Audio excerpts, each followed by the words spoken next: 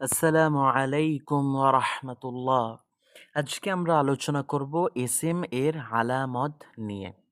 SM এর যে আলামত রয়েছে তা তো অনেকগুলো।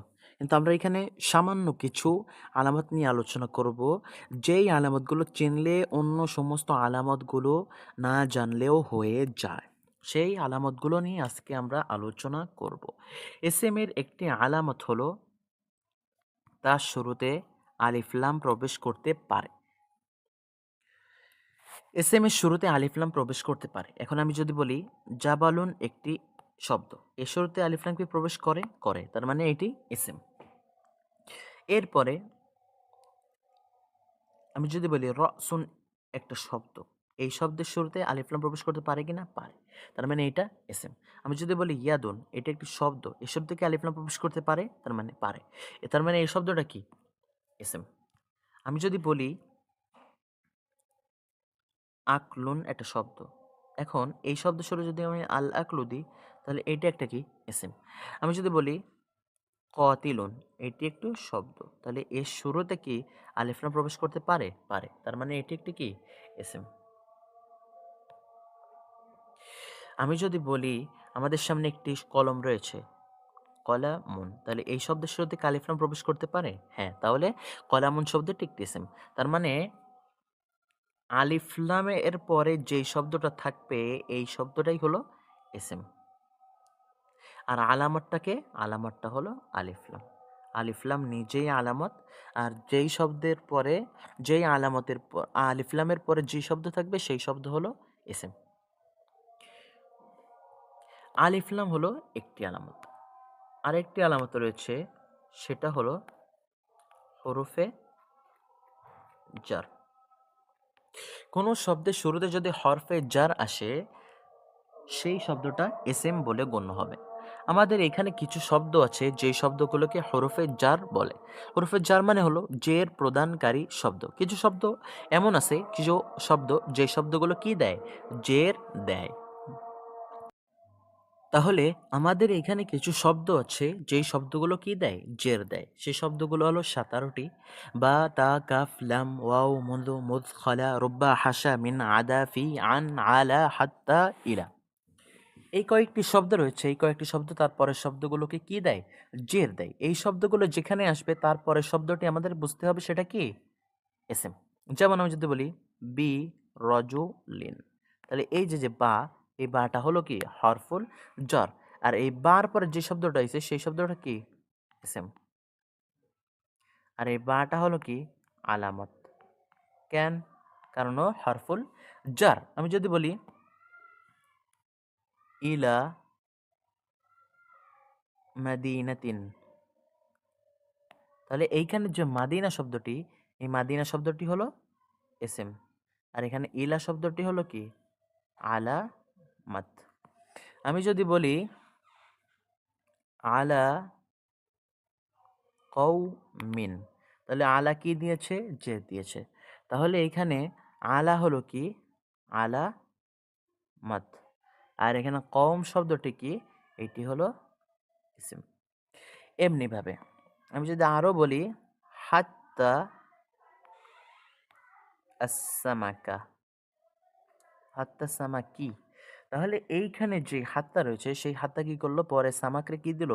জের দিল। তাহলে নিঃসন্দেহে এটা হরফে jar। আর এইটা কি তাহলে? হাত্তা, তাহলে আলামাত। আর হাত্তা এসে পরের শব্দটা যেহেতু জের দিল, তাহলে পরের শব্দটা জের দিছে, তার মানে পরের শব্দটি কি? এসএম। এমনিভাবে আমাদেরকে বুঝতে হবে, বের করতে হবে, তাহলে আমরা এসএম চিনতে পারবো, বুঝতে পারবো।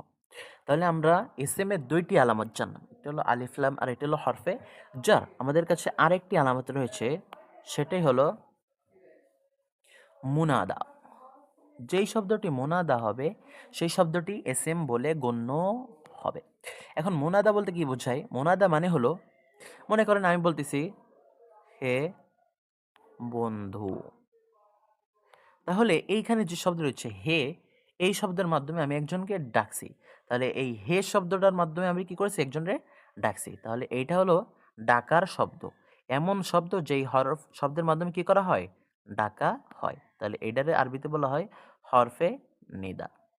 এখন আমি ডাকতেছি কারে এখানে? ডাকতেছি হলো বন্ধুরে। তাহলে বন্ধুরে ডাকছি না?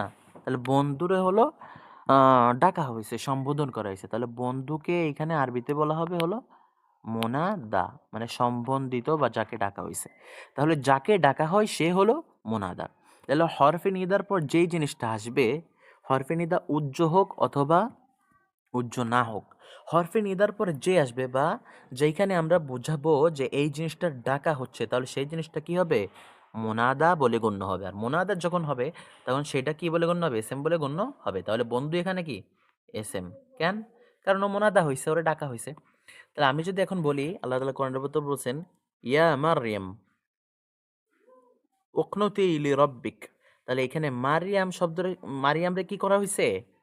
ডাকা হয়েছে। তাহলে মারিয়াম কি এসএম আর আলামতকে ইয়া।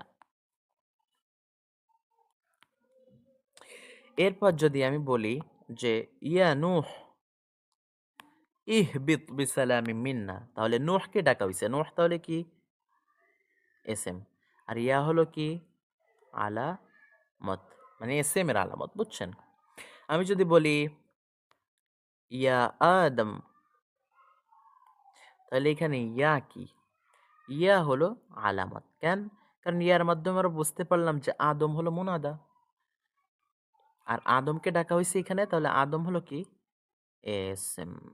তাহলে কি আমরা বুঝতে পারছি হরফে নিদার পরে যে শব্দটা থাকবে সেই শব্দকে ডাকা হচ্ছে, আর যখন ওই শব্দকে ডাকা হবে তখন সে কি হয়ে যাবে?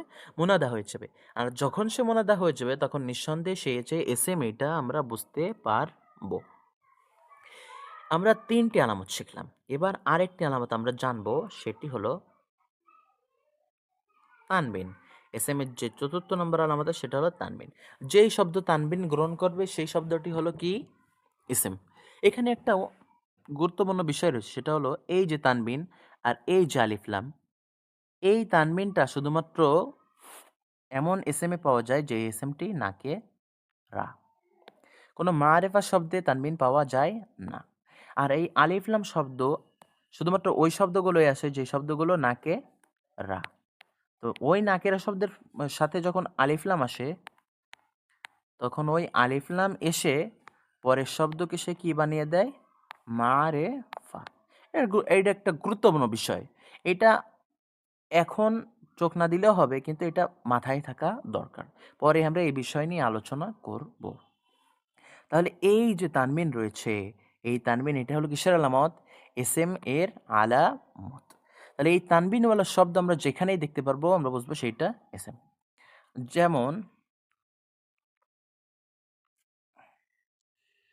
আমরা যদি বলি রজুলুন, তাহলে রজুলুন শব্দে তানবিন পাইছে, তাহলে এটা কি? নিঃসন্দেহে এসএম। আর যদি বলি ইয়াদুন, তাহলে এই শব্দটা কি পাইছে? তানবিন পাইছে, তাহলে এটা এসএম। আমরা বলছি ইলা কর ইয়াতিন, তাহলে এখানে করিয়াতুন শব্দ জের পাইছে, তানবিন পাইছে, তাহলে এটা কি এসএম। এখানে কিন্তু আরও একটা আলামত আছে, সেটা কি কন্দি? সেটা হলো ইলা। ইলা হলো হরফের জ্বর, হরফের জ্বর এসে পরের শব্দের জের দিছে, তাহলে ইলা হলো আলামত, আলামত নাম্বার 1। এখানে তানবিন আলামত নাম্বার 2। একটি শব্দের ভেতর অনেকগুলো আলামত কিন্তু থাকতে পারে, এই বিষয়টা কিন্তু খেয়াল করা উচিত। আর যখন আপনাকে বলা হবে যে এর ভেতর কয়টি আলামত আছে, তখন এইগুলো কিন্তু বলে দেওয়া উচিত যে কোন কোন আলামত এর ভিতর রয়েছে। আমি যদি বলি ফিল কওমি, জাতির ভেতর, তাহলে এখানে জের আছে, এইটি হলো একটা আলামত।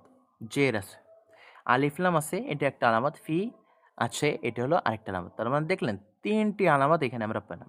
আগেরটা আমরা পাইছি কয়টি আলামত? 2টি আলামত।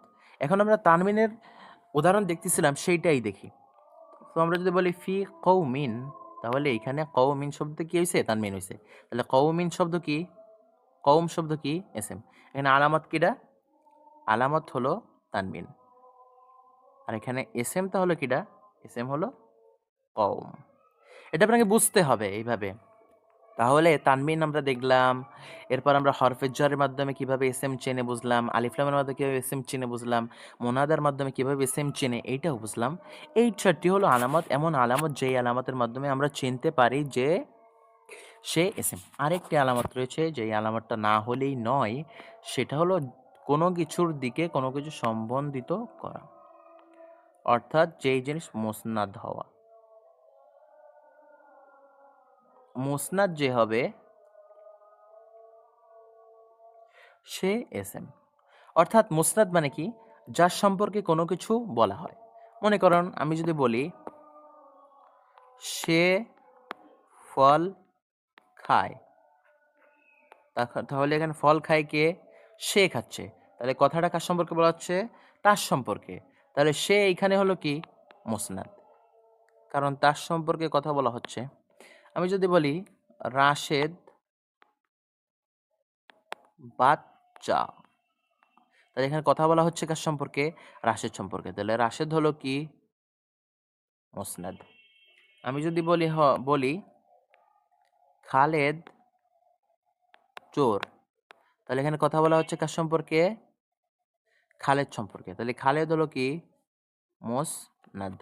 আমি যদি বলি তাল পেকেছে, তাহলে এখানে পাকার কথা বলা হচ্ছে কার সম্পর্কে?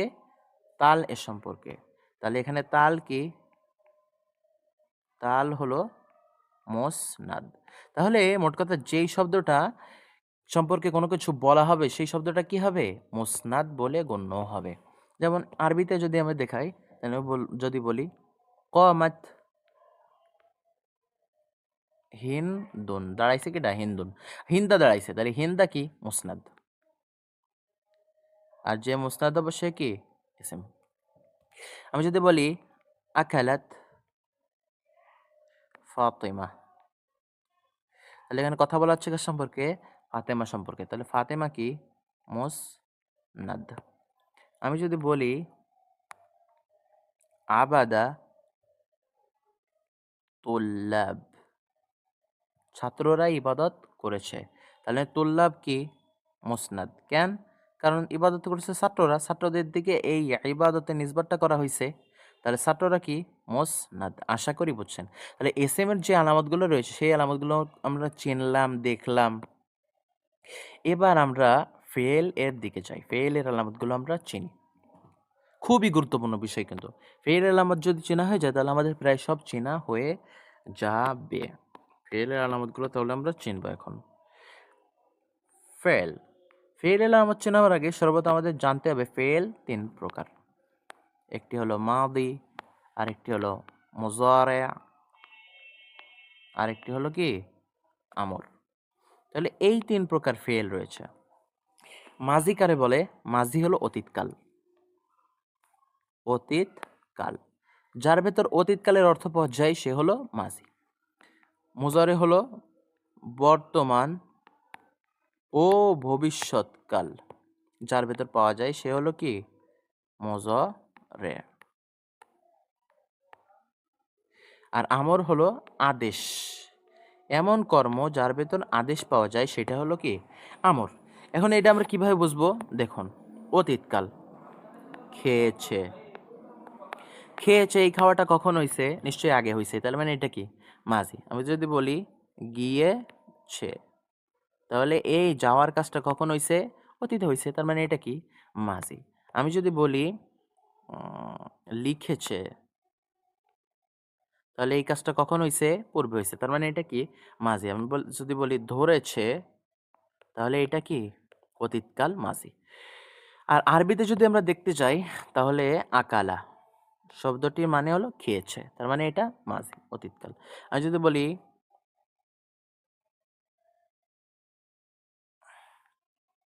আক্রমা, তার মানে কি? সে সাহায্য করেছে, তার মানে আক্রমা সাহায্য করেছে। তাহলে এই সাহায্য করার কাজটা কখন হয়েছে? অতীতে, তার মানে এটা কি? একটা ফেআইল। শুধু ফেআইল না, ফেআইলে মাযি। এরপর আমি যদি বলি লাতামা, তাহলে থাপ্পড় মেরেছে, তাহলে মারার কাজটা কখন হয়েছে? পূর্বে হয়েছে, তাহলে এটা কি? ফেআইলে মাযি। এখন ফেআইলে মাযি কিভাবে বুঝে, এর কতগুলো ওজন আছে, এর জন্য সামনে আমরা ভিডিও দেবো ইনশাআল্লাহ। আপাতত এটুকু খেয়াল রাখেন। তাহলে মুজারে বর্তমান ভবিষ্যৎকাল